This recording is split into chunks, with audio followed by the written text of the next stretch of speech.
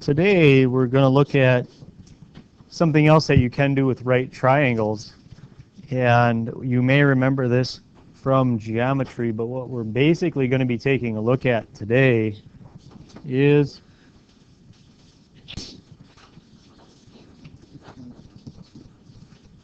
SOHCAHTOA. And I know that some of you do remember law of sines, which is fine, but what I'm going to do is I'm going to make you do these by the trig ratios, which are SOHCAHTOA. Sine is opposite over hypotenuse, cosine is adjacent over hypotenuse, and tangent's opposite over adjacent. We had that already, so this is kind of review, but it's showing you how it gets used. So do not use law of sines to do this one. I want you to show me that you can use those trig ratios. And basically what you want to do is solve the triangle, and what that means is to find anything that's missing. And you may notice, like, here's angle C, and then side C is right across from it. There's angle B, side B is right across from it. And so basically what I have right now is I have angle A, and I have side A, and I have the right angle. So I would say the easiest thing to solve for here is angle B, because 90's been used up, 49's been used up, which leaves me with 41. Now the nice thing about SOHCAHTOA is if you have all the angles, you can kind of pick and choose which way you want to solve for them. Because right now I can use 49 degrees or I can use 41 degrees. In SOHCAHTOA, you are going to probably want to avoid the right angle. Okay? That's in SOHCAHTOA. And so as you take a look, again, it depends on how you would like to do this. I'll show you basically a couple options. I'm seeing 49 degrees right here, and I see that 7 is opposite that. And then I see that this one's obviously hypotenuse, and then this one over here is adjacent. That's if I use the 49 degrees. And so you notice whether I do opposite over adjacent or if I do opposite over hypotenuse, the variable's on the bottom, isn't it? Yeah. That's fine. It'll still work, and I'll show you that it'll work. But I think what I'll do afterwards is I'll show you that maybe you might want to go a different route on this one. So let's say we are going to do 49 degrees, and let's say I wanted to solve for side C. That would be opposite and hypotenuse, which means which of the three trig functions? Again, opposite hypotenuse basically is sitting over here at sine. And you always take sine, cosine, or tangent of an angle, 49 degrees, equals, and now that's going to equal, and we did all these fractions before, remember they could be decimals, and we also typed stuff like this in our calculator, sine of 49, and that gave us decimals. And so that's opposite, which is 7, over hypotenuse, which we'll call C, because that's what it is in the problem. This does create a slight issue because this variable is by no means anywhere near by itself. C is on the bottom of a fraction. Is that really where we would like that to be? Not really. So the first thing I would do here is let's get the variable out of the bottom of the fraction, and there's only really one way of doing that. We basically have to multiply both sides by C. Because this cancels. So C sine of 49 degrees equals 7. At least now, do we have any fractions? No. But now C is still not by itself. Sine of 49 degrees, I hope you can agree, is a decimal that your calculator knows how to figure out, correct? And so why don't we let the calculator do that, but let's do the algebra first. Let's get the variable by itself. So C is whatever that's going to end up being. But before you go too far on your calculator, what's probably something you might want to check? Degrees, yeah, check your mode. Okay. Everybody got that written down so I can go to the calculator? Okay. So once again, first thing I'm going to check mode. Well, that doesn't look very good. I want to be in degrees for this particular problem. And I believe it was 7 divided by sine of 49. So really, this is my calculator taking 7. It's dividing by some decimal. Agreed? And does it say in this problem where to round? Yes, it does. Nearest tenth. 9.3. Does it make sense that it's more than 7? Why? Oh, yeah, it's the biggest side of the triangle. So 9.3. Is everybody good for me to go back? So 9.3 it says, huh?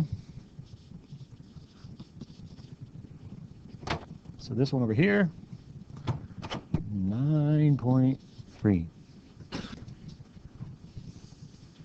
If you wanted to, you could do Pythagorean theorem at this point because I do have two sides of the triangle, but I really want you to work on SOHCAHTOA. I kind of let you stray away from it in geometry once you learned law of sines, but I want to make sure that you have this down really well before we go any further. And so if I'm going to try and do this one, I'm just going to show you that it doesn't matter what angle you choose. It could still work out. I'm going to just put that and make it red. So if that's 41, do you agree that's still a hypotenuse over there? But this one is opposite and that one is adjacent. Here's how I would do it. You don't have to follow this, but see if it makes sense. Of the numbers that are up here, do you agree the 49, the 41, the 90, and the 7 are the ones that are exact? So why don't we use 41? That's fine. 41 degrees is fine. Give yourself some room to write the trig function out front.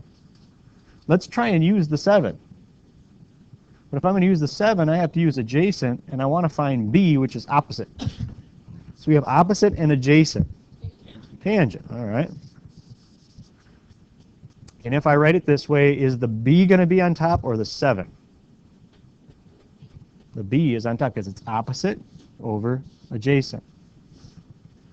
So which is probably easier to just solve? The one that I wrote in red down here where the variable was on top, or the one I wrote in blue up here where the variable's on the bottom? Which one's easier to solve? The red. So could I have kind of changed which trig I started with? I could have, to make sure. You know, you could have done it slightly differently. But I want to show you both so that you can solve both. Well, the variable's not by itself, so multiply by. Do I multiply the angle by 7? No. Multiply out front. So now you have to take 7 tangent of 41. And I wanted to show you both methods on this one so you could see that they both can be solved. Oh, you have it. Oh. I was making sure everybody had it written down. So 7 tangent of 41. Everybody's ready? 7 tangent of 41. I was told it's 6.1-ish. Let's find out. Now, does it make sense that this one's smaller? Yeah. Oh, okay. Oh, yeah, okay. So 6.1. Yeah, smallest angle, smallest side makes sense. So 6.1 for that over there. Have I solved the triangle? Have we figured out everything? Yep. Again, I want you to use SOHCAHTOA. I want you to get better at it. Do you have any questions about the first example?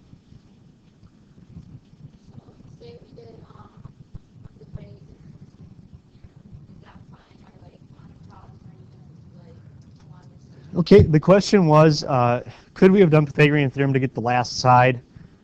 Yes, and I guess it's more of my personal preference on this one. I haven't decided how I'm going to have you do it on the assignment yet. I'll tell you when we get there.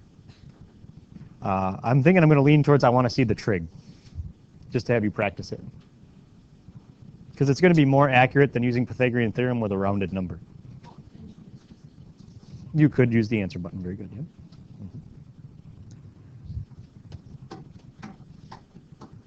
Solve the following triangle. Well, it says angle A is 52. Well, we might want to put that in there. Degrees, of course. And, well, where's side A then, if you follow the pattern that we've had before? Yeah, it's opposite that, right? Because if that's big A, little a is down here, so 12. Obviously, then this is little b, and that's little c. That's how the setup has been, you know, since geometry. Nothing different there. Yeah, so C is probably the easiest thing to solve for, right? 38, right? I'll do that one in red right off the bat this time, so when I do the different colors. Now, what I tried to show you on this last example is, let's face it, either way you can solve, the blue one up here or the red one at the bottom. But it's way easier if the variable's on top, isn't it? It just takes less time. All right. And so is there a way that we can use these angles here? I know I've got 38, I've got 52, and I've got 12. Is there a way to use a combination of those so that the side I'm looking for is on the bottom? Is there any way to do that?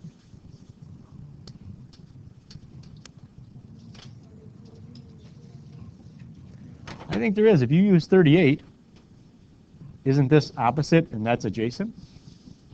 So let's do that one. Opposite and adjacent, which one? Okay, tangent. 38 degrees equals C over 12. Multiply both sides by 12. Much easier.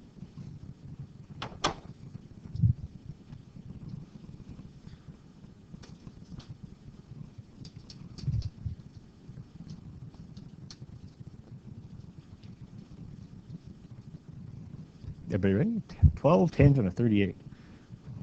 12 tangent 38. Whoa, not 338.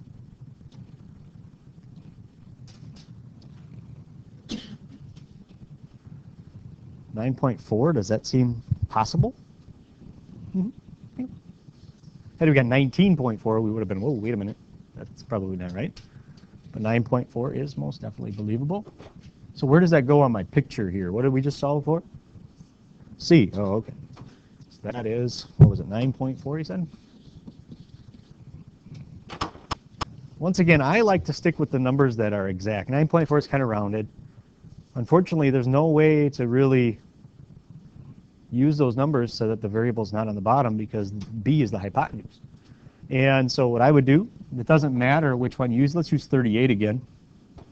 If I use 38 degrees again, and I'm just kind of leading you in ways to see if you can come up with these answers. If we're going to use 38, I would use the exact number of 12, which is adjacent, and I want to find hypotenuse. So adjacent, hypotenuse, yep. The reason I did that is we haven't done cosine yet, so I wanted to lead you towards cosine. Could you have used 52 degrees to solve for side B? Yeah, you could. Okay. So cosine of 38 is equal to 12 over B.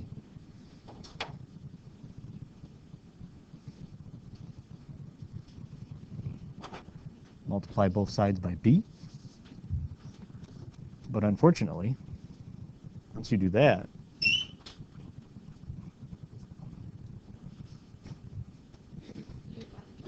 yeah, we got divided by that cosine of 38.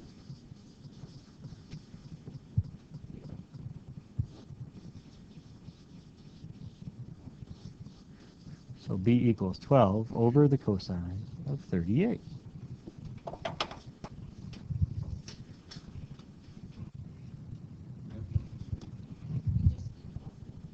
I would type it in. Yeah. 12 over the cosine of 38 because the variable's by itself.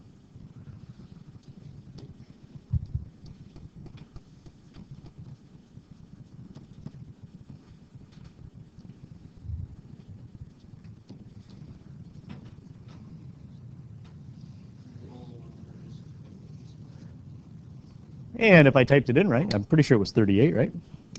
It's 15.2.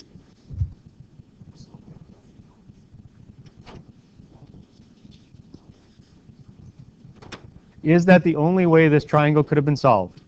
No. Maybe you like 52 as a number better. That's fine. But then you would be doing opposite over hypotenuse, so you'd be doing sine. It should still work out. Okay, but remember, which one should you stay away from if doing SOHCAHTOA? The right angle.